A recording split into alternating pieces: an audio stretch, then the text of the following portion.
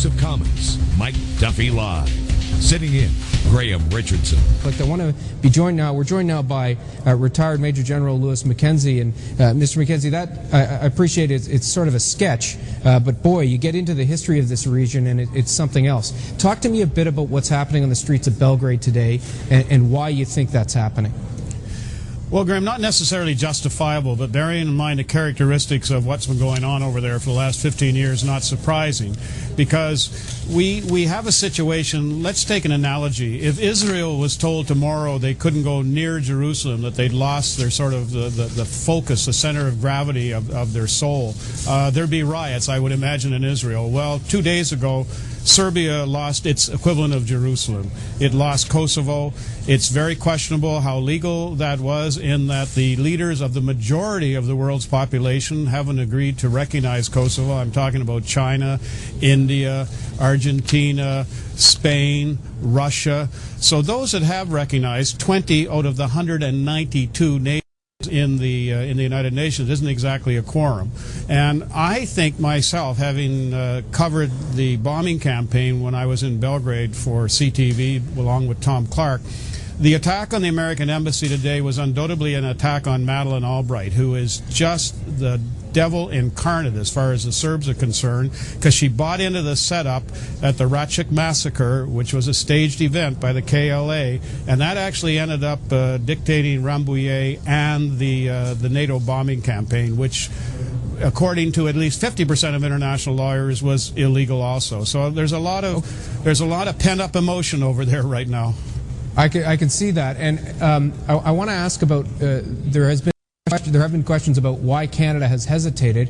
Are you suggesting there's a right and a wrong here in terms of recognition of Kosovo, and Canada is so far on the right side of this? Well, I would suggest that, I would say that, yes. I mean, in the case of China, think of Nepal. In the case of Russia, think of Chechnya.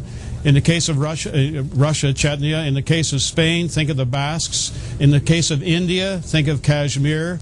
The Palestinians are already talking about declaring themselves independent. A couple of days ago, I predicted, unfortunately, what seems to be coming to pass. The northern part of Kosovo, from Mitrovica up, where the 156 monasteries used to be before they were burnt by the Kosovars during the last few years, they're forming a parallel government. They'll probably secede from Kosovo, how ironic is that, and join Mother Serbia.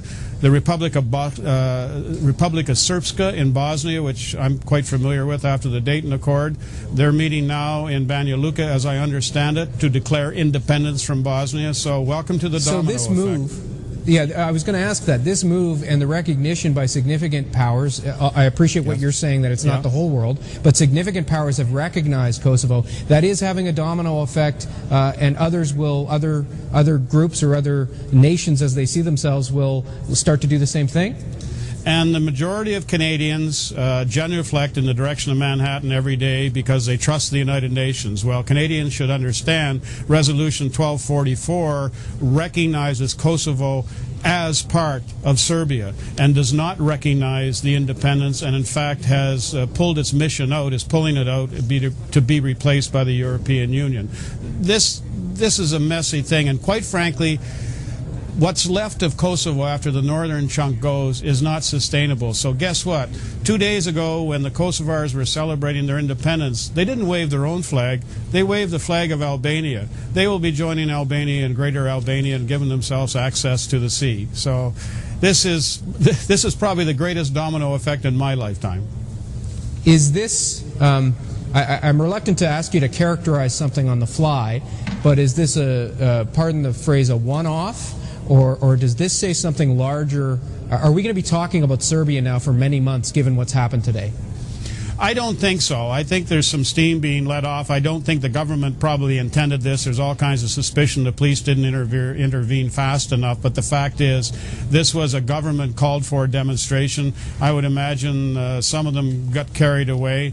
Doesn't surprise me. It's a shame, because people are going to say, oh, there go the Serbs again, you know, doing this. Well, it's been probably one of the worst days, if not the worst day in the life of any Serb who's living today, when it happened 2 days ago, the independence. Louis Mackenzie, appreciate your perspective on a very complicated part of the world. Thanks for being with us today. My pleasure, Graham.